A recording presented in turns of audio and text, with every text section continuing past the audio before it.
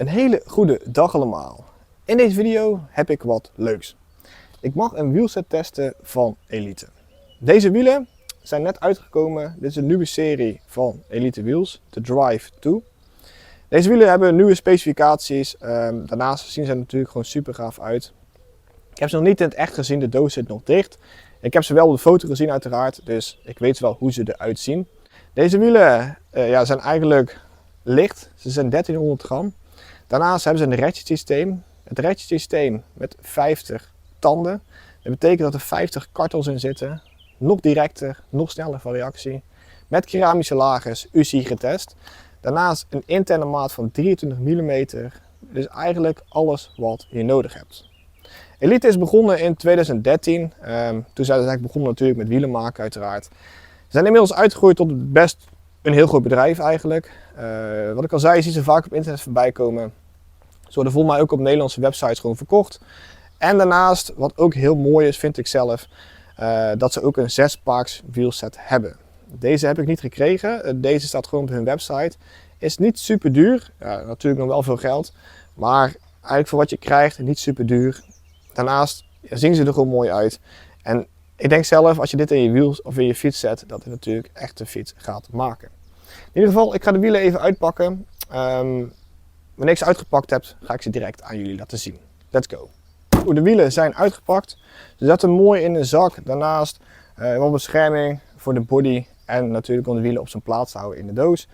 Nou, als eerste ga ik natuurlijk uitleggen hoe het design van de wielen eruit ziet. Wanneer ik naar de wielen kijk, zien ze er gewoon heel strak uit. Dit is 50 mm hoog.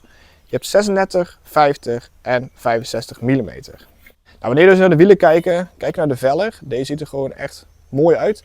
Het is een glimmende velg. Je ziet de carbonstructuur zitten. De lattice drive is eigenlijk onder de lak gespoten. Ja, dat betekent dat je er ook niet af kan halen. Je kan ze niet afpeuteren, dus ze blijven erop zitten. De lattice zijn goud. Je hebt ook andere kleur lattice. Dat kan je gewoon zelf kiezen op de website. Daarnaast zit er een klein detail in van design. Een klein goud biesje als het ware. Voor de rest zitten er dus carbon spaken in. 4,5 mm dik. Ja, dit hebben ze verbeterd tegenover het vorige wielsetje. Waardoor het wielsetje volgens mij uit mijn hoofd 8% stijver geworden is. De 36 mm is uit mijn hoofd 1300 gram. Deze ga ik straks voor jullie nog even wegen hoeveel deze exact weegt.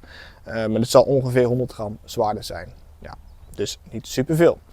Wanneer we nu verder gaan kijken, zijn we dus bij de spaken beland. Vervolgens gaan we naar de naaf toe. De naaf is natuurlijk super belangrijk in een wielset. Uiteraard, een naaf is misschien wel het belangrijkste van de wielset. Want deze moet goed blijven. En uiteraard moet deze goed lopen. Hij moet lang goed blijven. En hij moet direct kunnen pakken. Dit hebben ze bij Elite heel goed gedaan. Maak gebruik van keramische lagers. Dit blijft natuurlijk langer goed, uiteraard bewezen. Je betaalt hier normaal echt heel veel geld voor. Maar bij Elite Wheels zit het in het wielsetje standaard gemonteerd. Vervolgens, wanneer ik de wielen uit elkaar haal, is het ratchet systeem. Maar dit ratchet systeem is anders dan bij DT Swiss. De veer is anders, dus je kan het niet uitwisselen. Dit is specifiek van Elite gemaakt. Uiteraard ook goed om te testen, want ik kan nu wel zeggen dat het natuurlijk super goed is. Maar wanneer ik 1000 km gereden heb, weet ik echt pas hoe de wielen ervaren. En misschien is het systeem wel beter dan DT Swiss, maar misschien is het ook wel minder. En daarom is het ook goed om dit uiteraard te testen. De naaf is trouwens al super licht. Wanneer ik de body vast heb, dan merk je gewoon dat het echt heel laag is qua gewicht. En het geluid tikt ook heel goed. Wanneer we nu het wielset gaan wegen, ga ik het uiteraard doen voordat de wielen in de fiets gaan. Het voorwiel is 613 gram. Als die stil blijft staan. Zo, 613 gram. Wanneer we nu het achterwiel gaan wegen, ga ik deze ook al de weegschaal zetten uiteraard. Zo, even blijven staan. 723 gram. Dus dat maakt een totaalgewicht van 1336 gram. als ik het eventjes goed uitreken. Wat natuurlijk super licht is voor een carbon wielset van 50 mm hoog. Wanneer we nu naar de velgbreedte gaan kijken van de Drive 2, is het 23 mm breed aan de binnenkant. Dat betekent binnen 23 mm breed. Vroeger was het 21 of 19, tegenwoordig gaan ze naar 23, waardoor een bredere band mooier op de velg valt. Daarnaast is de buitenmaat 31-31, waardoor je dus eigenlijk een perfecte gestroomlijnde lijn hebt wanneer je dus tussen de 30 en 32 mm banden monteert.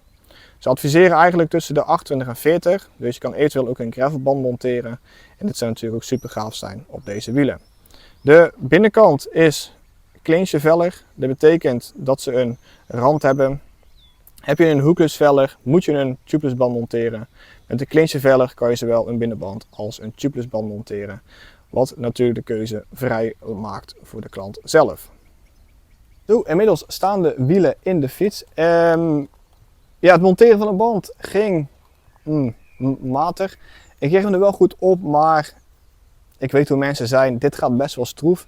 Dit komt ook door de Conti 5000 AS. Deze band is echt vrij stroef om op de velg te krijgen.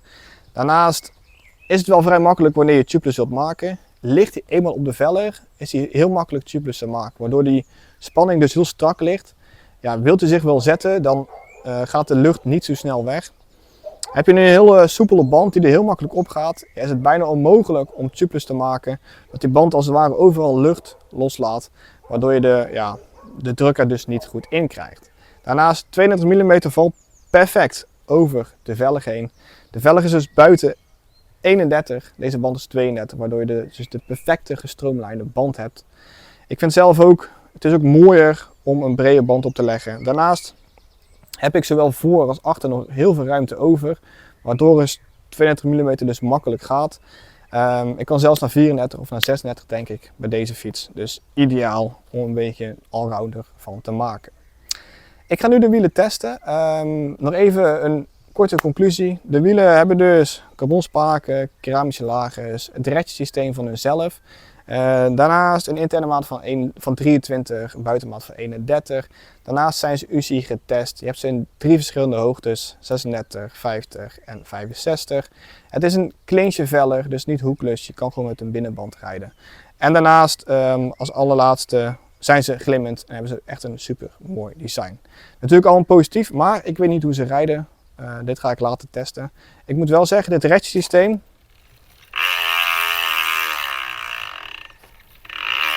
maakt wel een ontzettend mooi geluid. Daarnaast kon ik ze wel vrij makkelijk uit elkaar halen. Dit is altijd wel met een ratchet systeem. Maar ben je aan het fietsen en rijd je lek bijvoorbeeld, haal je wiel net de ruw eruit, dan kan het zijn dat die body er als het ware afvalt. Nou, dan zit je toch wel met een probleem als je niet weet hoe deze in elkaar moet. Dus ik ga dit even testen hoe ik dit ga ervaren de komende tijd. Ik ga mijn wiel er eens af en toe eens uithalen. Kijken of de body er niet af gaat vallen. En dan ga ik over een maand een conclusie geven. Nou, ik bedank jullie voor het kijken. Abonneer zeker voor de volgende video's. En zeg ik later en tot ziens.